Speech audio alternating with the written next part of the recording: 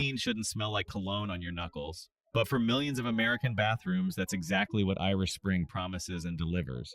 A rush of green scent, a foamy bloom of freshness, the feeling of starting the day sharp and revived. Yet for many, that same ritual leaves behind something far less pleasant: tight skin, faint, itching, even flaking that sneaks in hours later. It sounds harmless. A deodorant bar simply sounds more hygienic, doesn't it? The label suggests extra protection, maybe a little more cleanliness. But the truth, as dermatologists quietly remind, is that deodorant bars like Irish Spring aren't designed for skin health, they're designed for sensory performance. Deodorant here doesn't mean medical-grade odor control, it means fragrance load. Synthetic scent compounds cling to skin so you feel fresh, even while the surface barrier loses its natural oil. Irish Spring's formula leans heavily on alkaline soap base and synthetic surfactants, the very elements that create that iconic squeak when you rinse. It feels clean, but it's actually your lipid mantle, your skin's thin protective film being stripped away. That momentary dryness triggers the body to produce more oil, which feels greasy by evening, leading to another wash. And the cycle continues. Mature or dry skin, especially common in adults over 55, loses resilience faster under that routine. According to the American Academy of Dermatology, deodorant soaps with strong fragrances or antibacterial additives should be avoided by anyone with dry or sensitive skin. Fragrance is the leading cause of contact dermatitis in cosmetic cleansers, yet remains the most celebrated selling point. Irish Spring's scent, bold, nostalgic, instantly recognizable, is its identity. But dermatologists see something else: volatile fragrance molecules, alkaline residue, and cumulative irritation masked under a pleasant smell. Reviews often tell a similar story. Smells amazing but makes my hands crack in winter. Feels clean but my skin burns after shaving. The brand evokes memory: fathers' bathrooms, road trips, the green box in every store aisle. That nostalgia keeps it alive. But the science behind it hasn't aged as gracefully. For those who simply want fresh skin, not perfumed residue, dermatologists recommend switching to a mild, fragrance-free cleansing bar, one that cleanses without rehearsing the same sting every morning. If your hands smell like a cologne ad, they're not cleaner, just better advertised. And if scent itself can fool us, what happens when soap claims to kill germs too? That's where the next bar crosses another line. If ordinary soap already keeps you clean, why turn your shower into a science lab? For generations, Dial has sold peace of mind, that bright yellow bar, the bold words, kills 99.99% of bacteria. It sounds powerful, even heroic. But for most people, that extra protection isn't just unnecessary, it can quietly work against your skin. The secret behind Dial's claim is a chemical called benzalkonium chloride. It's an antiseptic, the kind used in wound sprays or hospital disinfectants. When you use it once in a while, it's harmless. But when it becomes part of a daily routine, it starts to wear down something you can't see: your skin's natural balance of good bacteria and moisture. That balance is what keeps your skin soft, calm, and able to defend itself. The U.S. Food and Drug Administration already found that most antibacterial ingredients offer no real advantage over regular soap and water. They removed nearly 20 from consumer products and left a few, like benzalkonium chloride, under review. The point is simple. Those antibacterial claims sound impressive, but in everyday life, they don't make you any safer. What they often do is leave your skin tighter, drier, and more sensitive. Doctors have a name for this pattern, but you can feel it without any medical term. It starts with small signs: rough hands, a little sting after rinsing, a flaky patch near the wrist. That's not cleanliness. It's your skin telling you it's been scrubbed too hard too often. Ironically, that dryness can open tiny cracks, giving real germs a better chance to sneak in. Dermatologist Dr. Marisa Garshik puts it plainly. Antibacterial bars are like using antibiotics for a paper-cut, effective but unnecessary. Still, people reach for them because the word antibacterial sounds responsible. It feels like protection. But skincare isn't a battle to win, it's a balance to keep. Many reviewers echo the same story: I love how clean it feels, but my hands get so dry.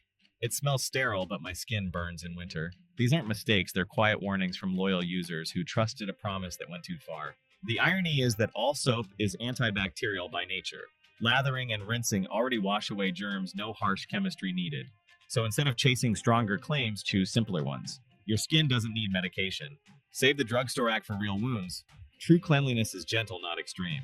I love how it smells, but every time I use it, my arms get itchy at night. A short review buried deep under hundreds of 5-star ratings, but it tells the whole story. The freshness that people chase in Zest and Coast bars, that sharp oceanic punch is built on ingredients that quietly wear the skin down day after day. Inside, each bright blue or green bar sits a complex fragrance blend made from dozens of synthetic compounds, plus a splash of artificial dye to make it look cool and clean. Those colors and scents do nothing for hygiene. They exist for emotion to convince you that clean should smell like sea air and look like water. The truth is simpler and sadder. Those same additives cling to the surface, trapping a thin film of residue that your skin slowly starts to fight. At first, the irritation is invisible, a little tightness after showering, a faint dryness along the arms or neck. Then over weeks or months, the pattern deepens. The fragrance compounds penetrate the outer layer and disrupt the skin barrier, a structure built to keep moisture in and irritants out. Once that barrier weakens, the body reacts with low-grade inflammation. You don't see redness right away, but you feel its skin that used to feel smooth now tingles after hot water, sunscreen, or lotion. According to the American Academy of Dermatology, fragrance is the #1 cause of cosmetic skin irritation, and synthetic dyes often amplify the effect by lingering in the pores. These are slow problems, not dramatic, not immediate, but cumulative. For people with mature or thinning skin, the effect doubles. Less oil production means less resilience. Each scented wash pulls away a bit more of what the skin can't easily replace. Dermatologist Dr. Mona Gohara explains it plainly. That crisp, ocean-fresh smell isn't natural. It's a mix of volatile fragrance chemicals made to last. Over time, it wears down your skin's calm. The result isn't just dryness. It's what experts call scent fatigue, when the skin and senses both become overstimulated, leaving irritation that lasts long after the shower ends. There's nothing wrong with enjoying scent, but soap should cleanse, not decorate. If a bar fills your bathroom with perfume, it's doing more for the air than for you. Fragrance should lift your mood, not tire your skin, and when a scent outlasts the shower, that's when the damage begins. Hear that squeak? Lever calls it confidence. Dermatologists call it stripped skin. Lever 2000 is one of the few big soap brands that still clings to the classic old-school formula, the kind that squeaks when you rinse your hands. Many people see that sound as proof of deep cleanliness, but in truth, it's not a sign of purity. It's the sound of loss. When your skin squeaks like glass, it's telling you that its natural oils are gone. Here's the secret Lever wants that feeling to happen. Inside each bright blue bar sits a deliberately simple recipe: sodium tallowate and sodium cocoate high alkaline soap bases that create that super clean sensation. With a pH between 9 and 10, it's a strong, true soap, cheap to produce, long-lasting on the shelf, and stable during transport. That high alkalinity also helps the bar stay firm, bright, and easy to mold by the millions. From a business perspective, it's efficient. A classic formula means inexpensive ingredients, predictable production, and loyal consumers who don't ask for change. Because Lever isn't just selling soap, it's selling the sound of clean. That squeak has become a marketing tool, a learned reflex that's been reinforced for decades. If your skin feels tight, it must be clean. If it still feels smooth, it must still be dirty. Lever's marketing teams understood that psychology perfectly. In the commercials of the 1990s, actors rubbed their hands until the squeak echoed a symbol of discipline and hygiene that stuck with an entire generation. But under the microscope, the story reverses. That friction comes from the removal of lipids, the skin's natural barrier, leaving it dry, fragile, and more likely to crack over time. Dermatologist Dr. Sherry Marchbein puts it simply: if your skin squeaks, that's friction, not freshness. But Lever doesn't need people to listen to doctors. They just need them to hear the bar. Because in the race between truth and habit, habit usually wins. For Lever, the squeak isn't an accident. It's an asset, a sensory cue engineered into the formula to make people trust the product more deeply. The tighter your hands feel, the cleaner you think you are, and the faster you come back for another bar. That sound isn't purity. It's marketing the soundtrack of an old formula that still profits from dry hands. Recently, I wanted to try something new. That's why I picked up Olay's Ultra Moisture Bar, the one with shea butter, and that creamy pink swirl that looks almost edible. It promised rich moisture for lasting comfort, and for the first few minutes, it delivered. My skin felt velvety, like I'd just stepped out of a spa, but by the afternoon, that comfort was gone. My arms were tight again, the same faint dryness returning under the surface. Turns out I'm not the only one. Scroll through reviews, and you'll see a quiet pattern feels great at first, but leaves my skin dry later. Love the smell, but it doesn't really moisturize. Thousands of people describing the same paradox: softness that doesn't last. It feels like moisture, yet the skin seems to thirst again faster each day. The secret lies in how it's made. Olay's Ultra Moisture Bar uses synthetic emollients and waxy alcohols that coat the skin to create that silky glide. It's not real nourishment, it's a surface film that tricks your touch. The moment it rinses off, the illusion breaks. Underneath, your skin hasn't been fed, it's just been sealed. At first it feels wonderful. That creamy lather makes you think you've upgraded your shower routine. But the longer you use it, the more dependent your skin becomes on that fake layer. The body stops producing as much natural oil, and what started as a moisture boost slowly turns into moisture debt. One woman wrote, "It feels so smooth right after my shower that I skip lotion. But by lunch, my hands feel papery again." Another said, "It's like makeup for the skin, beautiful at first, but temporary." They're not wrong. That soft residue is designed to sell satisfaction, to make your fingertips believe your skin has changed, when in truth, it's only wearing a disguise. There's no drama, no burning, no redness, just a quiet fatigue your skin starts to show. It's the fatigue of overpromised comfort. If the smoothness vanishes by noon, it wasn't moisture, it was marketing. Real hydration doesn't shine or slip. It settles and stays. And maybe that's the most ironic part of soap, meant to repair what others stripped away, ends up repeating the cycle, a silky mask over the same old thirst. Look at this package. It's wrapped in green, printed with leaves, stamped with words like eco-friendly and clean planet. But how exactly can a chemical bar be that way? The answer, of course, is that it can't, at least not in the way we imagine. Safeguard didn't change its formula, it changed its language. The same soap base, the same perfume, the same preservatives, only now wrapped in pastel green and accompanied by a gentle promise. Biodegradable, aloe-infused, kind to nature. Words that sound moral, even soothing. For a few extra cents, you're not just buying soap, you're buying peace of mind. In reality, the truth sits quietly between marketing lines. Safeguard, like many global bar producers, uses palm oil blends that come from mass-balanced supply chains, a polite term meaning mixed sources. Some sustainable, some not. It's a system built for convenience, not for conscience. A box gets ticked, a certification is printed, and the product becomes green by association. The logic is simple. Full transparency costs money. Symbolic green costs ink. Consumers, meanwhile, get to feel responsible without asking questions. The environmental cost, deforestation, displaced wildlife, river waste, stays hidden behind a leaf-shaped logo. That's the quiet success of moral marketing. You're not buying safety for your body anymore, you're buying safety for your conscience. And as long as the packaging looks gentle, few will ever suspect the supply chain isn't.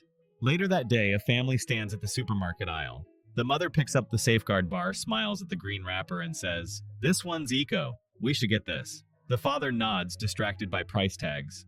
Their child traces the word aloe with a finger, imagining something natural, almost organic.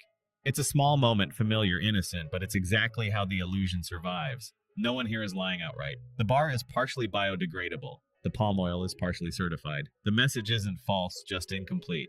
It leaves enough truth to trust, enough silence to forget, and that's all modern branding needs. A small business soap maker once said, if a company won't tell you which farm their oil comes from, it's not green, it's just printed green. He's right. Real purity doesn't come from the color of the wrapper, it comes from the clarity of what's inside. Of all the bars on the shelf, this one looks the safest. Plain white wrapper, words like fragrance-free, hypoallergenic, dermatologist tested. It feels like a soft landing after so many broken promises. But that's where the illusion begins. In a market that sells comfort as competition, Dove found its kingdom in the language of gentleness. While other brands shout antibacterial or deep clean, Dove whispers reassurance. Its sensitive skin bar stands for calm trust and safety, the one product that seems beyond question.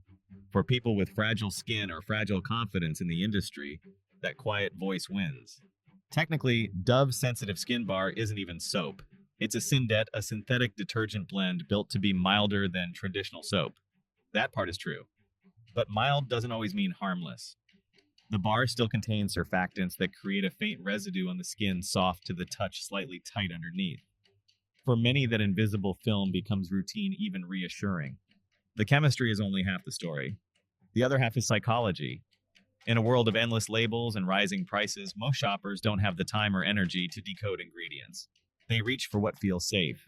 Dove knows that better than anyone. Safety isn't just a product feature, it's a brand fortress. Alan Jope, CEO of Unilever, once said, "A company that wants to be relevant for decades must think now about the consumer choice decisions of the future."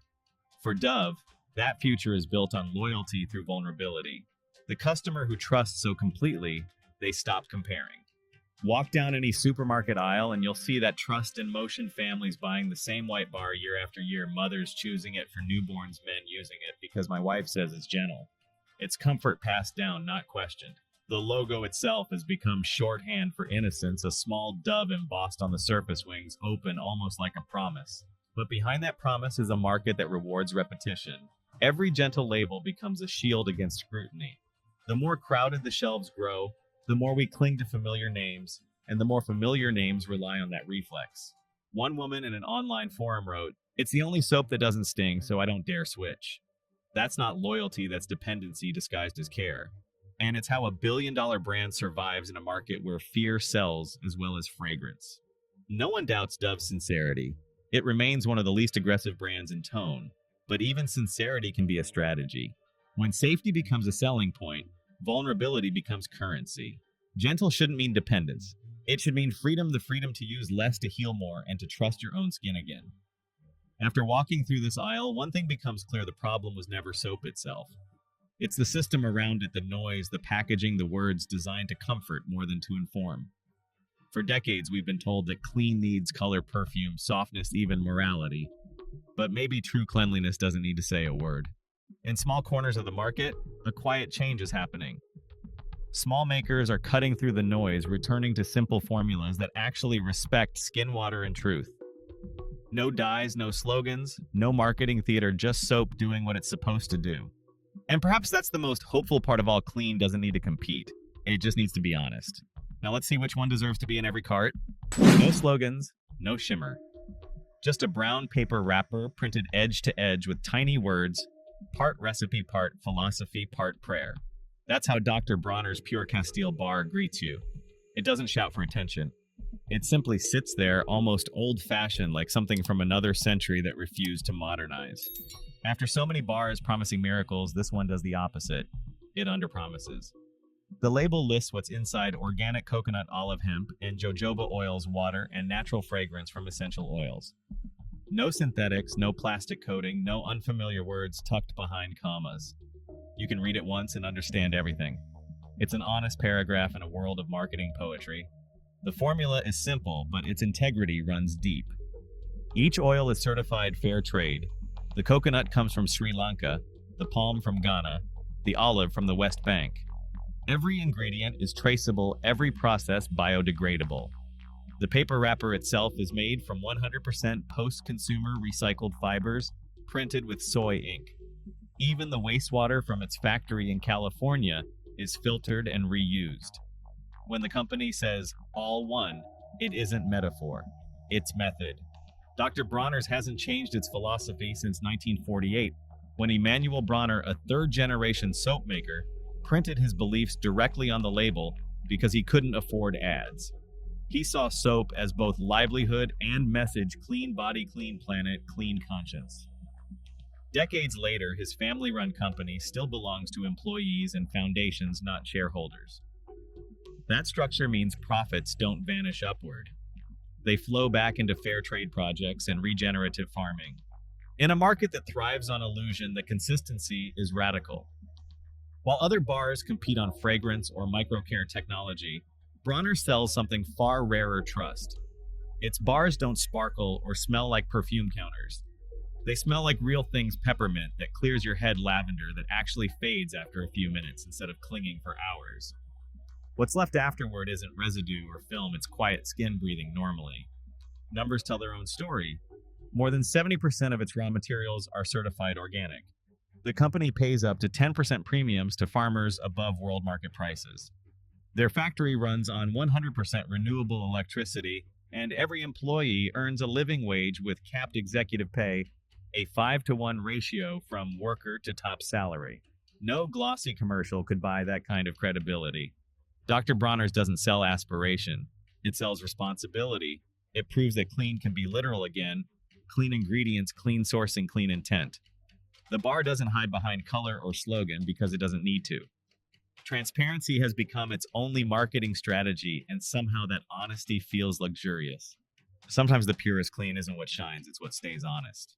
Not synthetic, not scented, just the kind that once sat on every kitchen shelf. That's how Burt's Bees Honey Bar Soap feels: warm, steady, unhurried. While so many brands chase innovation and illusion, this one keeps its pace slow, almost stubbornly human. Burt's Bees was never born in a boardroom. It began in a converted cabin in Maine in the early 1980s when a beekeeper named Bert Shabbatz and an artist named Roxanne Quimby decided to turn leftover beeswax into candles and soaps. They didn't have investors' slogans or celebrity campaigns, just a simple idea: make products that work and tell the truth about what's inside. Decades later, that philosophy still defines the brand.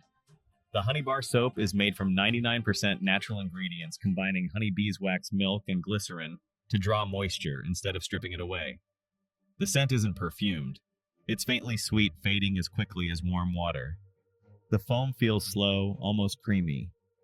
When you rinse, nothing artificial, lingers only softness that feels earned, not engineered. Burt's Bees calls its process responsible creation.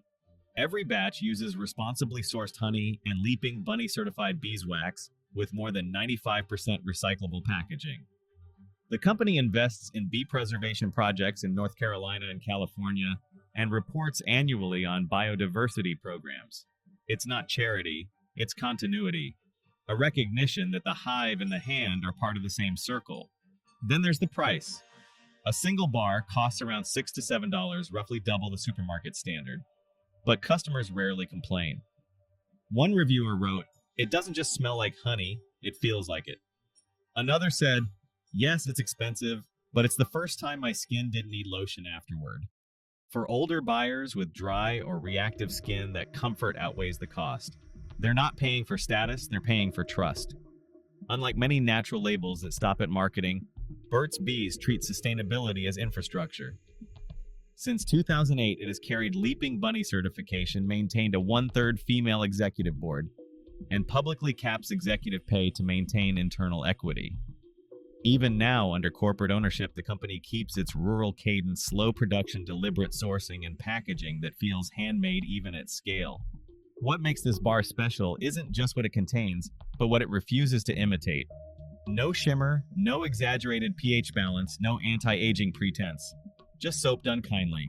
The kind that seems to belong to everyone from a child washing muddy hands to a grandparent ending a long day in warm water. Because in the end, that's what clean should mean, not a promise on a wrapper, but a practice of care. In a world built on formulas, this one still begins with kindness and ends with clean hands that remember where care came from. After all, the labels, claims, and promises may be clean was never just about the skin. It's about the small choices that shape our days, the quiet trust we place in what touches our hands, faces, and families. From factory lines to kitchen sinks, every bar tells a story of intention. Some cut corners, others carry care. We've walked through the noisy aisle of illusion and ended here in the calm space where honesty still matters. The lesson isn't to fear, but to notice. To choose clarity over confusion, truth over fragrance, care over convenience.